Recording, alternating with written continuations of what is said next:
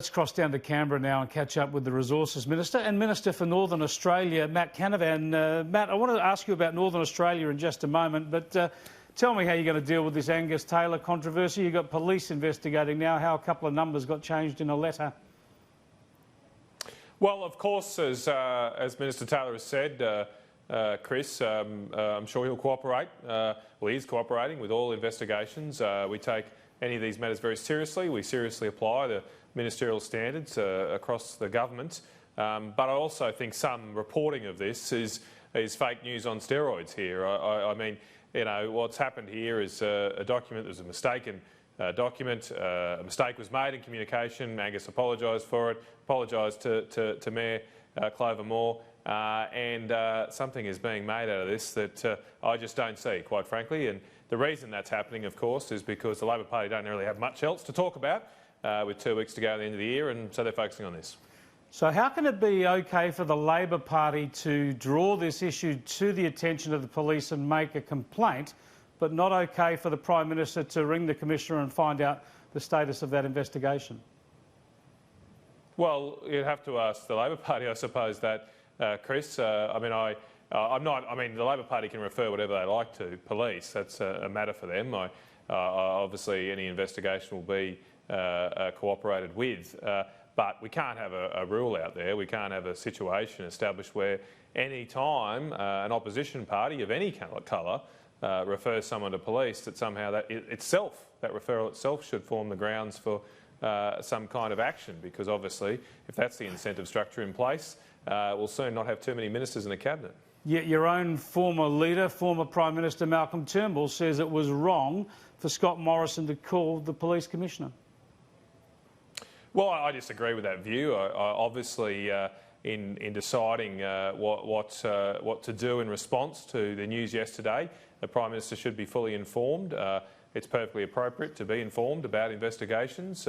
I know ministers and others in these spaces get briefings from police commissioners from time to time on matters, and it's perfectly appropriate to make this call. So I'm not exactly sure what the allegation is. So why would Malcolm Turnbull say that? Why would he publicly admonish Scott Morrison for making that call?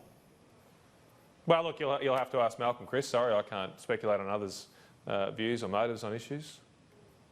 Do you worry, though, that he's stepping into a domestic issue and trying to embarrass the Prime Minister? Look, I had a very good, productive relationship with Malcolm Turnbull. He's here. He's obviously out of public life now. He's free to say whatever he so chooses. But I'm not going to start entering into a public communication with Malcolm. I'm focused on doing my job as the Resources and Northern Australian Minister. Minister Taylor is focused on doing his job, and he's doing an excellent job. I was at COAG Energy Council last week, and Angus has helped deliver some fantastic outcomes that will bring electricity prices down and increase the reliability of our network. He's done so in a cooperative way with the other states and territories. And I know Angus and myself and others in the government are focused on delivering for Australians, not having conversations in public with all sorts of people. I'm laser-like focused on creating jobs, opportunity and building a better Australia.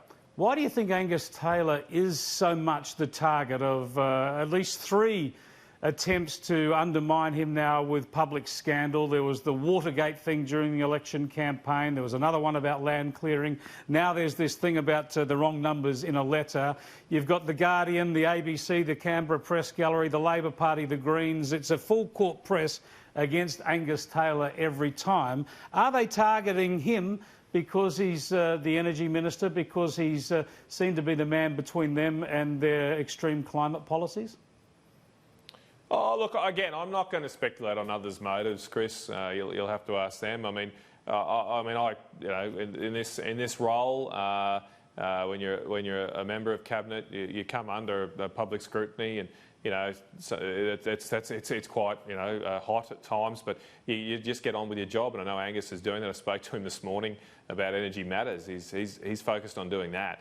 So you just roll with it in these circumstances. I would make the general point is, those that are under attack or targeted, they're often quite effective, because that's why the opposition's doing that, and that's their job, to hold people to account. And as I said, Minister Taylor is doing some really good stuff. He's an effective Minister for Energy. He's delivering results through COAG. We've got a lot of work to do to fix what has been a broken energy system, broken over many of the years because of unthought through government interventions. It's going to take years to fix, but the decisions made last week, led by Angus Taylor, are helping do that, and I know he's focused on continuing to do that over the years to come.